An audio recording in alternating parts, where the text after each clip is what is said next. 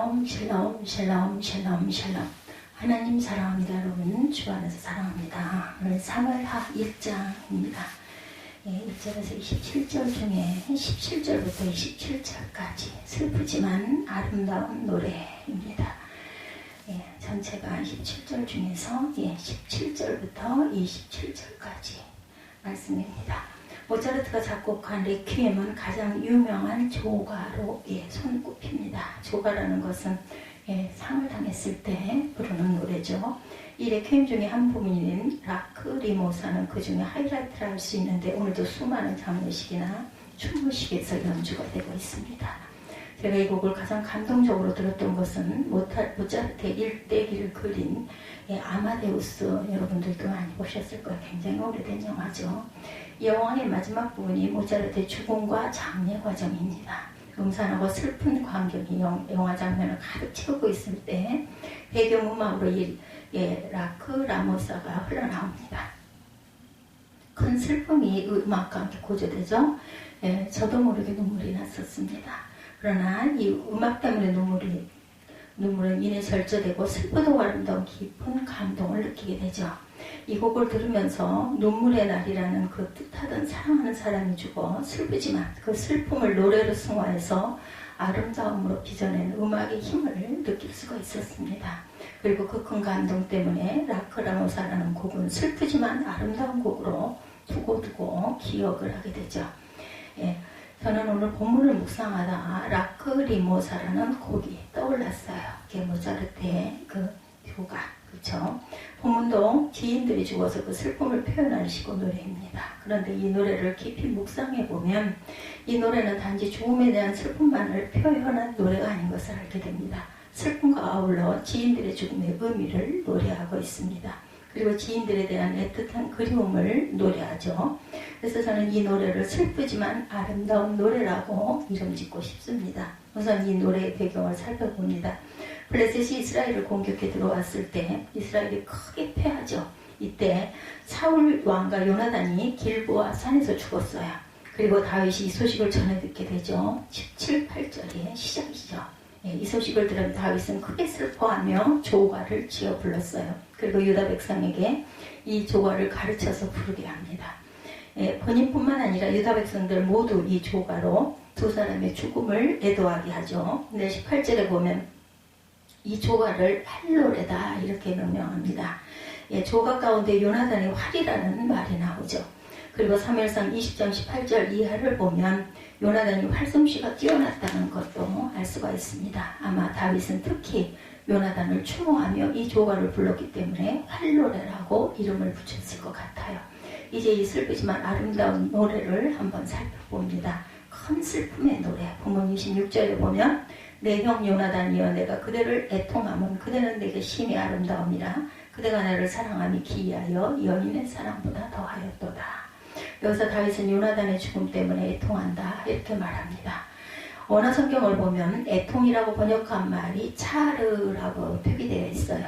이 말은 고통이라는 뜻입니다. 이 말을 우리 성경에서는 애통이라고 번역하죠. 슬플 애자와 아플 통자를 씁니다. 그러니까 아프도록 슬프다는 뜻이죠. 정확한 번역입니다. 그렇습니다. 다윗은 요나단의 죽음 때문에 슬픔을 느끼는 정도가 아니라 너무 슬퍼 가슴이 아프고 견디기 힘든 고통을 느꼈다는 거죠. 한마디로 큰 슬픔을 느낀 것입니다. 그러면 다윗은 왜 요나단의 죽음을 이토록 슬퍼했을까? 먼저 다윗이 요나단을 내 형이라고 부르는 것에서 그 답을 찾아볼 수가 있습니다. 물론 요나단은 다윗과 피를 나는 친형제는 아니죠. 사무엘상 18장 3절에 보면 요나단은 다윗을 자기 생명같이 사랑하여 더불어 언약을 맺었으며 다윗이 골리앗을 죽인 사건 이후 요나단이 다윗을 만나게 되죠. 그리고 두 사람이 의형제를 맺게 됩니다. 그래서 다윗은 자기보다 적어도 15세 이상 나이가 많은 요나단을 형이라고 부르죠. 고대 사회에서의 의형제는 아주 특별한 관계입니다. 서로 피를 나눈 형제들이 있음에도 새로운 형제 관계를 맺게 되기 때문이죠. 의형제들은 자신의 명예를 걸고 맺은 형제 서약을 평생 지켰습니다. 그리고 이 관계는 피를 나눈 형제보다 진하죠. 심지어 자신의 부부관계보다 더 소중히 여겼다고 합니다. 다윗이 내 형이라고 부르며 애통했던 이유가 바로 여기에 있죠. 바로 다윗이 자신의 친형제보다 그리고 자신의 아내보다도 더 의지하고 따랐던 의형제인 요나단이 죽었기 때문입니다. 다음으로 그대가 나를 사랑함이 기이하여 여인의 사랑보다 더하였도다 라고 노래한 것에서도 또한 그 답을 찾아볼 수가 있습니다. 다윗이 볼 때 요나단이 자기를 사랑한 것이 연인 사이의 사랑보다 더했다고 느꼈다는 거죠. 또 자기도 못지않게 요나단을 사랑했다는 거죠. 실제로 다윗은 요나단을 믿고 따르고 의지했습니다. 어려움이 있을 때마다 털어놓고 도움을 청하죠. 그리고 요나단은 실제로 다윗을 마음을 다해 도왔습니다. 아버지 사울왕이 다윗을 죽이려고 했을 때 몇 차례나 다윗의 생명을 구하죠. 그러니까 다윗에게 요나단은 생명의 은인이기도 합니다. 다윗이 요나단의 죽음을 그토록 애통했던 이유가 바로 여기에 있겠죠. 바로 그 누구보다도 자기를 사랑했던 요나단, 누구보다도 자기가 의지하고 따랐던 요나단이 죽었기 때문입니다. 저는 이 말씀을 묵상하면서 다윗이 참으로 부러웠습니다. 누군가의 죽음을 이토록 애통할 수 있다는 것이 부러웠고 그 슬픈 마음을 이토록 가슴 시린 노래로 만들어 부를 수 있는 것 또한 부럽습니다. 그리고 누군가를 그토록 뜨겁게 사랑할 수 있고 슬플 때 울 수 있고 시를 짓고 노래를 만들어 부를 수 있는 그 순수하고 맑은 감성이 정말 부럽습니다. 며칠 전 바브라 윌터스가 진행하는 미국 ABC 방송의 대담 프로그램에 한 미군 사령관이 출연을 합니다. 이라크전을 승리로 이끌고 개선한 사령관이었는데 진행자가 묻습니다. 국민들은 당신을 폭풍의 장군이라고 부르는데 어떻게 생각하십니까? 사령관이 대답합니다. 아닙니다. 저는 가슴이 따뜻한 남자입니다. 방청객들이 한바탕 웃습니다. 이어서 진행자가 다시 묻습니다. 오늘 미국의 가장 큰 적이 무엇이라고 생각하십니까? 사령관은 뜻밖의 대답을 합니다.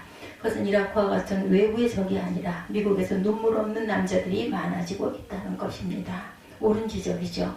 사람들이 점점 눈물을 잃어버려 가고 있습니다. 그때뿐만이 아니라 지금 이 나라에도 그렇죠. 눈물이 점점 없어져요. 순수라는 게 없어집니다. 너의 아픔을 함께 아파줄 줄 모르고 너의 슬픔에 함께 눈물을 흘리지 못하고 서로에 대한 마음이 식어가는 거죠. 그래서 공동체는 하나가 되지 못하고 갈등이 생기고 다툼이 생깁니다. 이것이 외부의 적 때문에 생기는 위기보다는 더 심각한 위기, 내부에서 메말라가는 감성들, 누가 아프다고 그래도, 누가 위험을 당했다고 그래도, 누가 굶고 앉아있다고 그래도 별로 감동이 없습니다. 누가 어떤 그 해침을 당하여 가지고 싸움이 일어나도 다들 피합니다. 마태복음 11장 17절에 보면 예수님께서 말씀하시죠. 우리가 너희를 향하여 피리를 불어도 너희가 춤추지 않고 우리가 슬피 울어도 너희가 가슴을 치지 아니하였다 한것 같도다. 예수께서 당시 세상 사람들을 보시면서 탄식하신 말씀입니다. 오늘 우리 시대의 사람들도 이와 같다고 할 수가 있겠죠. 아니 이보다도 심각한 상태라고 할 수 있습니다. 감성이 메말라 버렸어요. 눈물도 메말라 버렸습니다. 사랑해야 할 때 제대로 사랑할 줄 모르고 울어야 할 때 울지 못합니다. 무덤덤하고 삭막하게 굳어진 마음으로 살아가죠. 정말 불행한 사람들입니다. 우리가 기도해야 되겠죠? 성령께서 우리 마음을 만져주셔서 싸늘하게 식은 마음을 따뜻한 마음으로 바꿔주시기를 기도하십시다.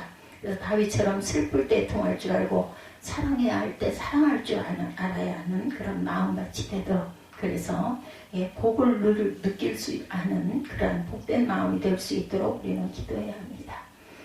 오늘 본문의 이 노래는 조가에서 찾아오기 힘든 아름다운 점을 보여줍니다. 두 가지를 생각해 볼 수 있습니다. 첫째, 사울의 죽음을 슬퍼하고 있다는 것. 본문에 세 차례나 반복해서 오라 두 용사가 엎드려졌도다 라고 슬퍼하죠. 두 용사는 사울과 요나단입니다. 그러니까 다윗은 사울의 죽음과 요나단의 슬픔을 똑같이 슬퍼하고 있다. 요나단의 죽음을 슬퍼하는 것은 당연할 수 있습니다. 왜냐하면 자기가 그렇게 사랑했던 사람이고 자기 생명의 은인이죠. 그러나 사울의 죽음을 슬퍼하는 것은 납득하기가 어렵죠.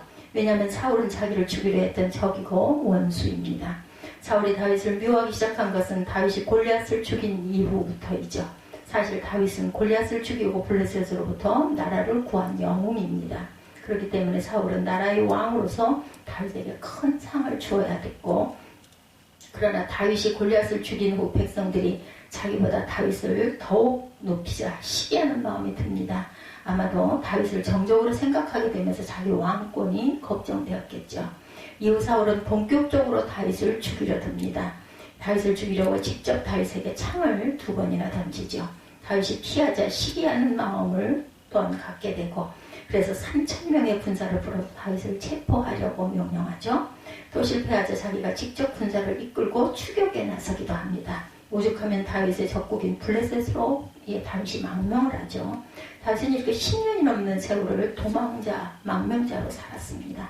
사울이 살아있는 한 조국으로 돌아올 수도 없고 자기 고향으로 돌아올 수 없는 신세가 되죠.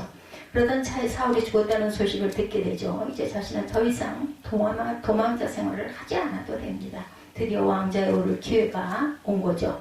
그래서 사울의 죽음 소식은 기뻐할 일이 슬퍼할 일은 결코 아닌데도 다윗은 사울의 죽음을 슬퍼합니다. 24절에 이스라엘 딸들아 사울을 슬퍼하여 울지어다 라고 말합니다. 자기뿐 아니라 모든 이스라엘 여인들에게 함께 슬퍼하자고 말하는 거죠.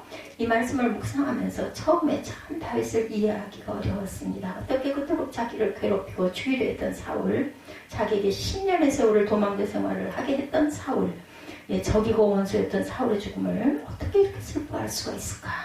아니 어떻게 욕을 하고 저주를 퍼부어도 시원찮은 그런 사람을 높이고 칭찬할 수가 있을까?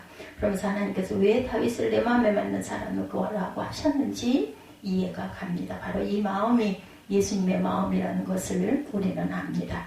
예수께서 십자가에 달리셔서 하신 첫 번째 말씀은 아버지여 저들을 사하여 주옵소서 자기들이 하는 것을 알지 못하나이다. 이 부분에서 이 노래의 아름다움을 느끼게 됩니다. 슬퍼할 수 없는 사람을 위해 슬퍼하는 노래이고 미움은 사랑으로 승화한 노래이고 이 세상 사람들이 부르기 힘들고 오직 주님 닮은 사람들만이 부를 수 있는 노래이기 때문입니다.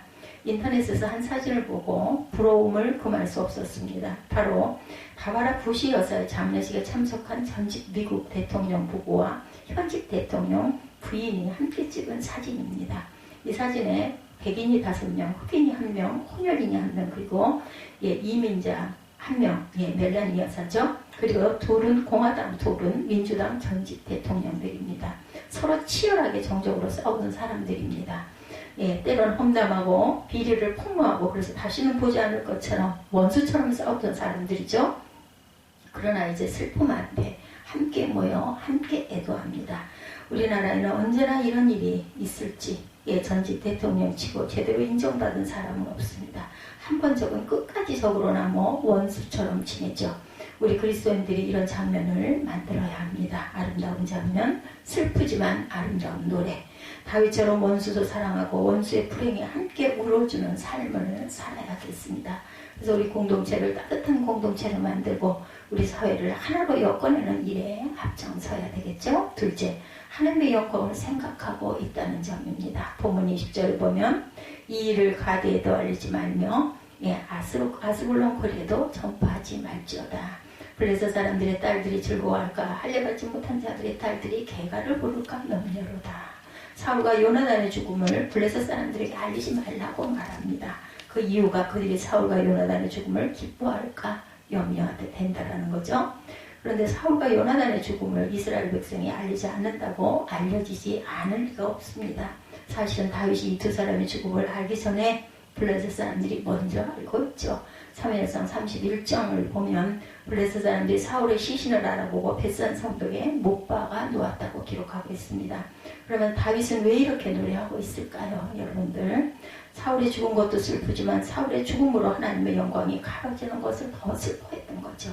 할 수 있으면 사울의 죽음이 덜 알려져서 하나님의 영광 가려지는 것을 막았으면 하는 바람이 이렇게 노래하게 한 거죠. 사실 사울의 죽음이 알려지는 것이 다윗에게는 나쁠 것이 없습니다. 이스라엘 사람들이 알게 되면 본격적으로 자기를 주목할 것이고 자연스럽게 자기가 왕이 되는 일에 유익할 것이기 때문이죠. 그리고 블레셋 사람들이 사울의 죽음을 알게 되면 다음 왕이 다윗이 될 거라는 것을 생각할 것이기 때문입니다. 그런데도 다윗은 하나님의 영광이 가려질 것을 가장 염려합니다. 여기서 중요한 것이 이 노래의 한 부분의 위치입니다. 다윗은 사울과 요나단이 죽은 것을 슬퍼하면서 제일 먼저 이 사실이 블레셋에 알려지지 않기를 바라는 마음을 노래에 담습니다.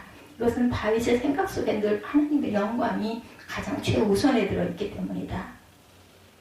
마태복음 6장 33절을 보면 예수께서 말씀하시죠. 너희는 먼저 그의 나라와 의를 보라라. 그리하면 이 모든 것을 너희에게 더하시리라. 지금 다윗의 모습은 바로 이 말씀을 그대로 따르고 있다는 거죠. 예, 만일 내가 다윗이었다면 이때 어떤 마음이었을까? 저와 여러분은 어떠실 것 같습니까? 나를 10수년 동안 이를 갈면서 죽이려고 음모하고 쫓아다녔던 자가 죽었어요. 그러면 아이고 속시야 난 잘됐네 이러지 않겠습니까? 아마도 사울이 죽은 것이 하나님의 역사라고 믿었을 것입니다. 그토록 오랜 세월을 기도하던 것이 드디어 응답되었다고 할렐루야 쾌재를 부르겠죠. 그리고 이제 하나님께서 본격적으로 나를 왕으로 세우시기 위해 역사하실 것이다 이렇게 믿었을 것입니다. 그래서 자기가 왕이 되는 과정이 어려움이 없게 해달라고 이제는 제발 평탄케 해달라고 또한 기도하겠죠. 그러나 다윗은 이 상황에서 하나님의 영광 가려질 것을 염려하고 그리고 하나님의 영광을 높이는 노래를 부릅니다. 하나님의 나라를 먼저 구하는 노래죠. 사랑하는 여러분들, 우리 어떤 상황 속에서도 먼저 하나님의 영광을 가장 먼저 생각하십시다. 다시 말할 수 없는 슬픔 속에서도 하나님의 영광을 먼저 생각했던 것처럼 슬픔 속에서도 하나님의 영광을 생각할 수 있기를 바랍니다. 매사가 다 잘 될 때는 물론이고 하나님께 영광을 돌리려고 안 될 때도 애통스러울 때도 항상 힘쓰시는 그런 저와 여러분들 그리고 스티그마 표적이 되시는 하나님의 영광의 징표가 되시는 저와 여러분들이 되시기를 주님의 이름으로 축복합니다. 기도하시겠습니다.